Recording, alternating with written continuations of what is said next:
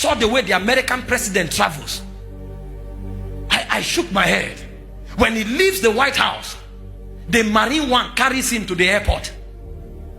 That's a military helicopter. And when the Marine One is flying, there are more than 6 F-35 aircrafts that escort it. What they call F-35, one is worth over $40 million. One F-35, 6 escorts the Marine One in case anybody wants to mess up. And when he's flying, there's perimeter coverage. No aircraft moves. Everywhere is frozen before he takes off and until he lands. Go study about F-35. These are 5th generation aircrafts. They have what they call avionics. Stealth avionics. You know what it means? Radar don't dictate them. When they pass, you won't know until they destroy you. When they return to base, you will hear that they destroyed you. Radar can't dictate. They just pass, cause havoc and go. And then when he gets to the airport, he enters the Air Force One. They escort. Now, any nation he's going, all his cars, the C-25 Globemaster carries them. So if he's coming to your country, there's no car in your country that can drive him. So they have to bring the Cadillac One or the Beast, 2 of them with 6 other vehicles into your country. The cars will land, wait, then he lands. And then when he's landing, your airport is frozen.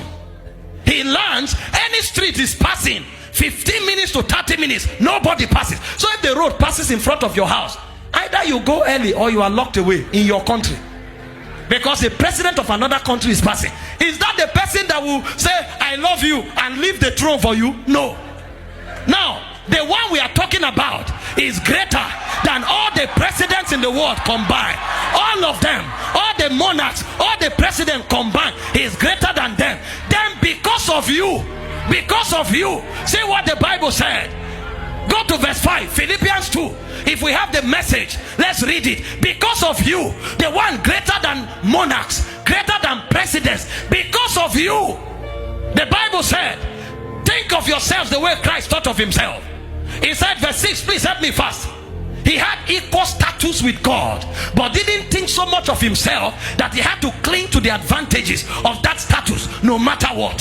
Verse 7, he said, not at all. When the time came, he set aside the privileges, oh my God, the privileges of deity. You know what those privileges are? He sits on the throne. Anything he says become. All the angels worship him. All creation worship him. Dogs, birds, cattle, fowls, mosquitoes, everyone bows. The Bible said forever and ever the 4 beasts, they cry holy, holy, holy. It said the 24 elders, they fall on their faces, they cast their crown day and night, forever and ever they cry holy, holy, holy is the Lord. The Bible said he set aside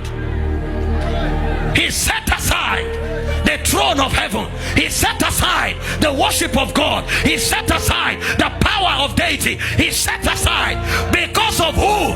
Because of me, the privileges of deity. And he didn't just set aside, he said he took the status of a slave. He didn't just become a human, he became a slave among men. Oh my God, how can the King of Kings become a slave? How can the creator of the earth become a slave among creation?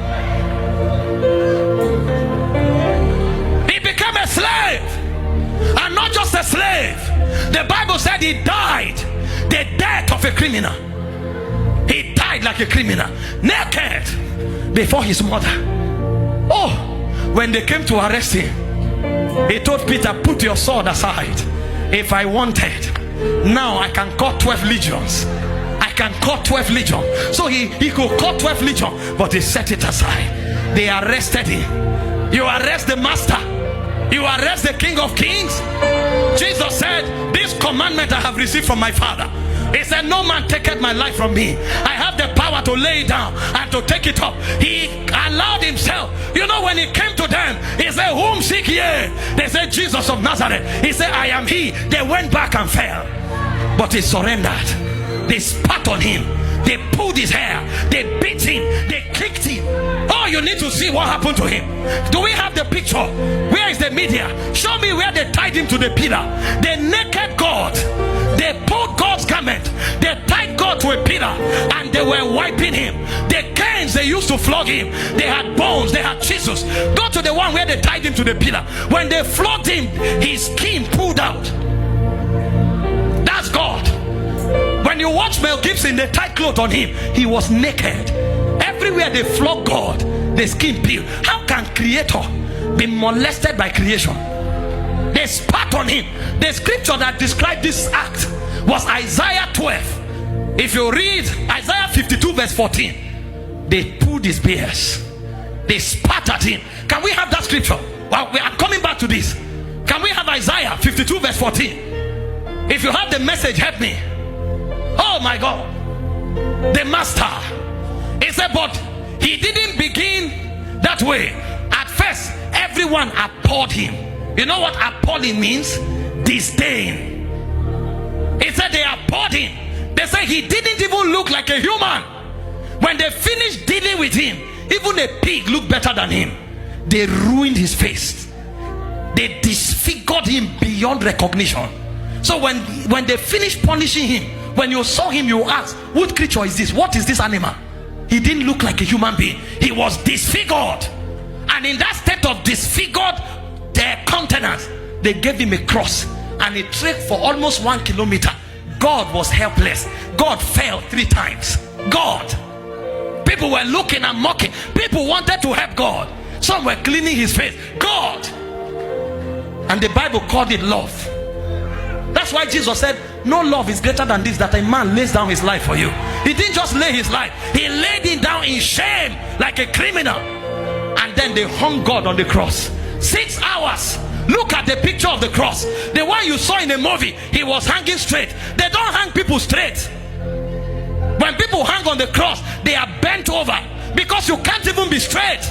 You are hanging. So what it meant was that he was depressing his diaphragm. He couldn't breathe. Every time he breathed, he had to pull the nail on his wrist up to breathe for 6 hours. That's love. That's love for you and I. When they put a crown on him, it was thorns. And a point came. The biggest of all persecution was when the father turned his back and he cried, Eloi, Eloi. In the history of divinity, they had never separated. Eloi, Eloi. That's spiritual death. Why hast thou forsaken me? It's called the love of God. Do you know why we are audacious when we go out? The Bible said in Romans 8:32, if he did not withhold his only begotten son, but gave him freely for us, he said, how shall he not with him? This is why when I make demand, I don't fear, because the greatest love has been demonstrated. There's nothing God cannot give me. He gave me Christ, and he gave me Christ with everything. This is why you should ask God for anything, because when he gave Christ, he gave his best for you. Do you see why people like us, you can't look at me and say, hey, get out, I don't like you. Your love means nothing, sir. I have the love of the Father. When somebody he's in a relationship, they say unless you fornicate, he refuses, they end the relationship, he's crying. We can't be heartbroken, sir. We are too loved to be heartbroken. Too loved. Too loved. Too loved to be heartbroken. Too loved. You sacked me from a job. I'm not crying, sir. I'm too loved. You lost me. It's a revelation of the cross. This is what I mean to God. God can endure shame for me. God can endure death for me. God can endure disgrace for me. He loves me with an everlasting love.